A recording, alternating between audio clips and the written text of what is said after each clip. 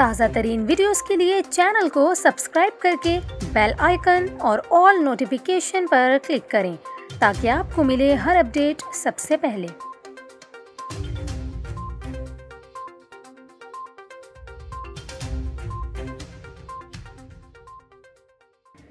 अस्सलामुअलैकुम नाज़रीन, अभी आपको बताएं कि बरतानिया में दरियाफ्त होने वाले नए कोरोना वायरस से मिलते जुलते वायरस के कराची पहुंचने का इंकशाफ हुआ है।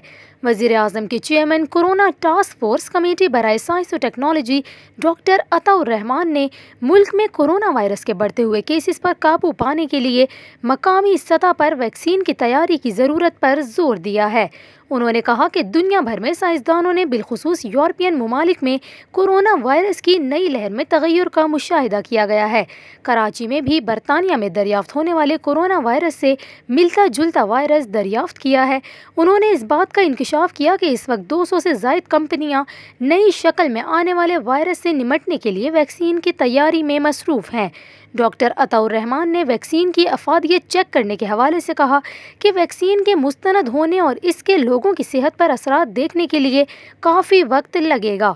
यूनिवर्सिटी में साइंसदान वायरस के तगय्युर का मुआयना कर रहे हैं। इनका कहना था कि लोगों को मुहलिक वायरस से महफूज रखने के लिए पाकिस्तान वैक्सीन दरामद करेगा।